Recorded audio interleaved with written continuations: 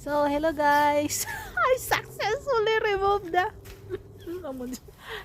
headlight of my car because I need to change the headlight. Oh my god, what a face. I'm very happy figuring it out watching in YouTube, but it's really different in YouTube. Now I will show you what I removed already. It's very easy.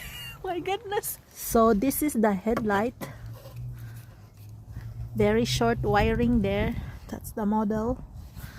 Okay, now I will remove this because I successfully figured it out very easy. But first you need to remove this one. Check, very easy. I'm happy. So this is the one we will buy. I remove it, guys. I'm very happy I remove it. Yeah, I like that. It's very easy to remove.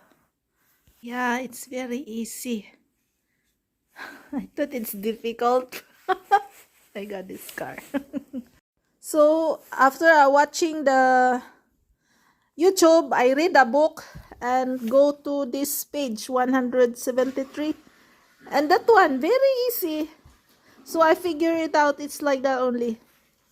Intelligent. Funny.